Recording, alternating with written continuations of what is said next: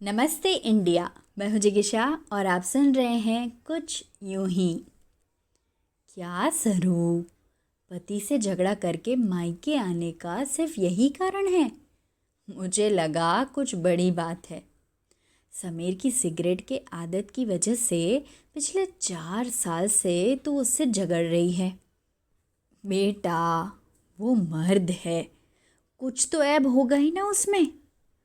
नहीं छूट रही उससे सिगरेट, अब क्या करेगा वो? देख, तू जिद छोड़ दे, क्योंकि तेरी इस जिद से सिर्फ झगड़े बढ़ेंगे और कुछ नहीं होने वाला। माँ प्लीज, अब तुम भी मुझे ही समझा रही हो। अजीब है ये दुनिया, जिसे समझाना चाहिए उसे कोई समझाता नहीं है। नहीं बेटा, दुनिया उसी को समझाती है जो समझता है।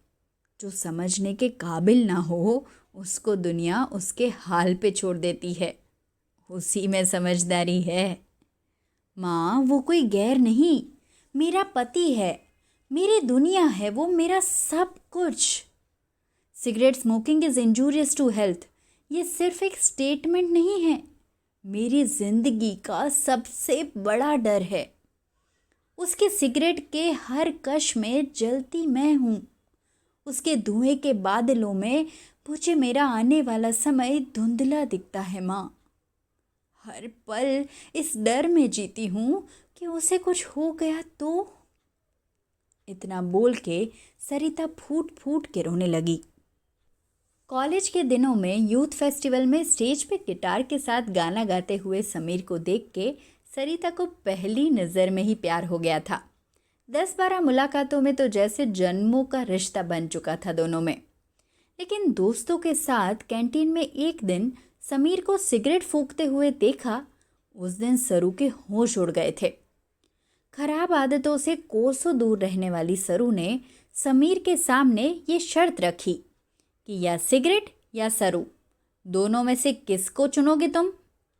समीर ने सरिता को चुना और दोनों ने खुशी खुशी शादी कर ली। समीर ने सिगरेट छोड़ दी थी, लेकिन कमबख्त सिगरेट ने उसको नहीं छोड़ा। वापस दोस्तों के माध्यम से वो समीर की ज़िंदगी में लौट आई। शादी के शुरू के 2 साल इमोशनल ब्लैकमेल हुआ। प्यार में हाथ तक जोड़े गए, माफ़ी मांगते हुए पैर भी पकड़े गए, लेकिन सब कुछ मोमेंटरी साबित हुआ। फिर 2 साल खूब झगड़े हुए। उसके 5 साल तक बच्चों का वास्ता देके सिगरेट छुड़ाने की भरपूर कोशिश हुई। फिर भी आदत नहीं गई तो ताने मारना शुरू हो गया। किसी ने सलाह दी कि कैंसर हॉस्पिटल एक बार उसको घुमाने ले जाओ तो अकल ठिकाने आ जाएगी। तो वो भी किया, लेकिन उस डर ने सिर्फ 1 हफ्ता काम किया। अच्छे से अच्छे रिहैब सेंटर का पता किया, पैसे भी भर दिए, लेकिन वहाँ समीर गया ही नहीं, ये कह के कि इतनी छुट्टियाँ थोड़ी ना मिलेगी सरो मुझे। जब भी सरिता सिगरेट स्मोकिंग को लेके हाइपर होती, तब हर बार समीर का एक ही जवाब होता था, तुम खामखा चिंता कर रही हो, मुझे कुछ नहीं होगा। दुनिया में इतने लोग सिगरेट पीते हैं सरू, सब थोड़ी ना मर जाते हैं। तुम ये ओवर रिएक्ट करना छोड़ दो। मैं इतनी भी सिगरेट नहीं पीता। और तुम्हें याद नहीं, पंडित जी ने उस दिन क्या कहा था? तुम सदा सुहागनी रहोगी। समीर की ऐसी बातें सरू को सिगरेट से भी ज़्यादा बुरी लगती। उम्र जैसे जैसे बढ़ती गई, सिगरेट की आदत और पक्की होती गई, और साथ में सरू का डर भी। समीर को खांसी भी आ जाती तो वो फपल जाती कि उसको क्या हो गया। समीर उसको कहता कि ये तो नॉर्मल खांसी है, लेकिन उस दिन उसी नॉर्मल खांसी में खून निकला। तब सरू 2 दिन शॉक में चली गई थी। सालों से जिस डर के बादल उसके मन पे मंडरा रहे थे, वो आज इतनी जोर से गरजे कि उसके अस्तित्व को बहरा कर गए। आज 4 महीने हो गए समीर के कैंसर का इलाज चालू किए हुए। बेचारी सरिता पहले समीर से सिगरेट के लिए लड़ती थी, आज समीर के साथ कैंसर से लड़ रही है। उसके अलावा उसके पास कोई चारा भी तो नहीं है। समीर आज भी यही कहता है, तू चिंता मत कर, मुझे कुछ नहीं होगा।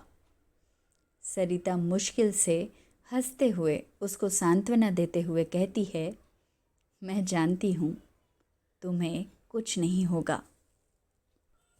सरिता के मन की आवाज़ कुछ यूं सुनाती है, जो सामने दिख रहा है उस तूफान को जब तुम मेरा डर बताते हो, तब तुम क्यों भूल जाते हो कि इस नाव पे तुम अकेले नहीं, मैं भी हूँ। मैं तूफान को भी देखूं, तुम्हें उससे लड़ते हुए भी देखूं और डूबते हुए भी, सिर्फ इसलिए क्योंकि तुमने वो नहीं देखा जो मैं देख पा रही थी। क्यों क्यों तुमने नहीं देखा जो मैं देख पा रही थी।